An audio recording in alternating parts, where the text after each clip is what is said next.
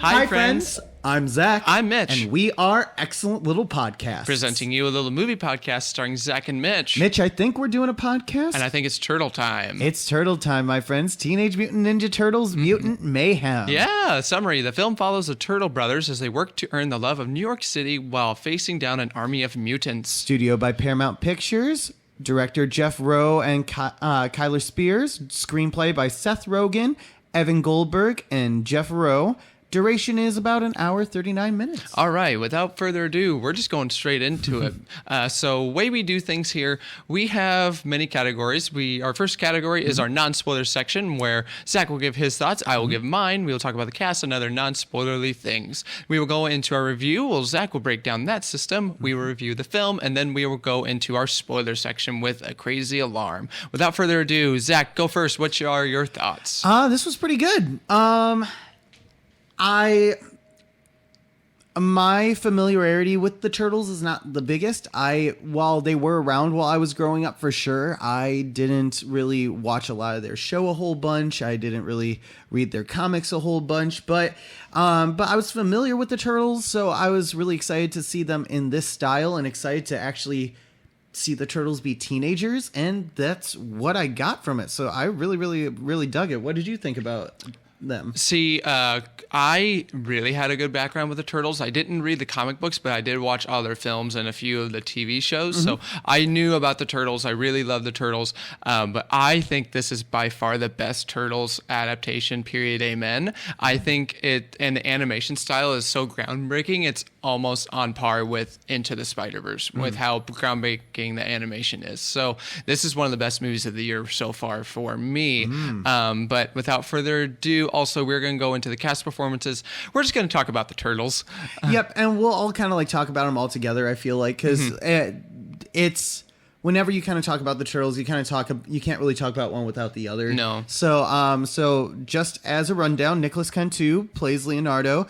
Shaman Brown Jr. plays Michelangelo, Micah Abbey plays Donatello, and Brady Noon plays Raphael. They all had the best chemistry out of any set of Turtles I've ever seen. Yeah. Well, and I think credit goes to the director, the screenwriters, and the producers. They had them all do their voiceovers in the same room together, which it normally doesn't happen with voiceover work. They're always like let's say Zach and I, we do a film together.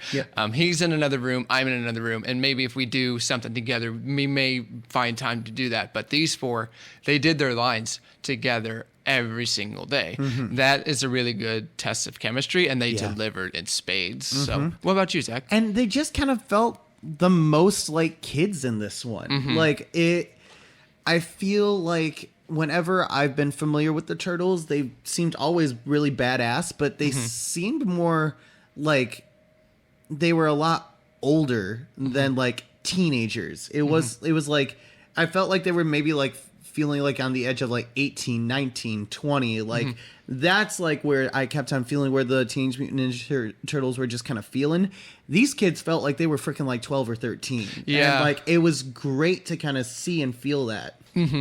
Yeah, but I would have to agree with the age difference with this film, because I think it was like TMNT, the other animated one, where it felt like they were in their 30s. And I'm just like, yeah, they're teenagers. Come on, like get with it. The fact that it is actually Teenage Mutant Ninja Turtles, like I really dug that. And you kind of just feel that heart in the first trailer, and it really translated really well as the actual movie was in itself. Yeah, but now we're going to talk about the animation. Which you did bring up, yeah. I genuinely believe that this animation is so groundbreaking. It's on par with Into the Spider-Verse and Across the Spider-Verse, because I loved it so much. It literally felt like a Turtles comic book. Now, granted, I've never read a Turtles comic book, but they are like, they're very unique from what I've been told by people who have read the comic books. So, and this film felt very unique in terms of animation style. It was definitely heavily inspired by Into the Spider-Verse's like animation style, but it still was kind of its own. I don't feel it's like incredibly groundbreaking as opposed to Spider-Verse. I think Spider-Verse kind of broke it to lead to this animation style. I don't think it's like pushing in like any like major ways, but I still very much enjoyed the style. It was really, really good. I very much think that this is a very cool animation style that is being used, and I really look forward to seeing it again if they do move forward with a sequel. Another thing that I feel like they also did very, very well on was their fight sequences in this. They really did a really good job with choreographing these scenes and making it feel like each punch, each cut, each hit felt real, which is really hard to do in animation. I would agree. Like, they got it really well. Oh yeah, I would definitely agree with you on that one. And it also, like, the fight sequences made you believe that these are kids fighting. These aren't adults that are so like their fight sequences are clean. They're very cool. No, like, these kids are out of control when it comes to their fighting styles, because again, they're kids. They still aren't familiar with like how to be ninjas and all the things like that. But yeah, the fight sequences were very, very good. So there's our non-spoiler section. Yep. Zach? Yeah. You want to break down the review? So for those new to Little Movie Podcast, welcome everybody. We split our reviews up a little bit differently here. We start with our low category, which is it is Feed It to the Dog, where we feel like it really wasn't for us, but you should still go see it to form your own opinion. Then we move on up to Cook a Little More, where it maybe needed an actor change, a director change, script change, something like a little extra seasoning to get up to Eat It Up, where we really enjoyed the film and we feel like you should go see it as well in whatever format you can, preferably theaters, but if you need to wait to streaming, we understand. All right. Mitch, what did you think of Teenage Mutant Ninja Turtles Mutant Mayhem? Bringing out the Phantom category. Ooh. This is a clean plate for me. I think this is the best animated movie of the year, period, amen. I also think it's one of the best films of the year, period, amen. I am bringing out clean plate for me. I really can't think of anything necessarily wrong. I'm sure there are. I just can't. I couldn't find anything wrong with the film. I'm sure there is. A few of the secondary characters weren't the best, but that secondary characters are secondary characters. But I believe this is a clean plate for me. This is just an Eat It Up for me. That's fair. Personally, I feel like some of the pacing did have a little bit of issues. I feel like some of the secondary, I think the villain roster was a bit too overstuffed.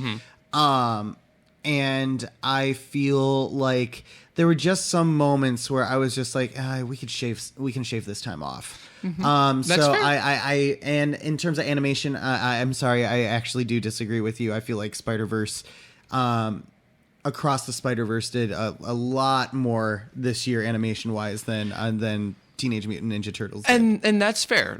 Totally understandable. But to me, I think this is the best animated film of the year. And that's your opinion? Yeah. That's your opinion as well. All right. So there's our review. Yeah.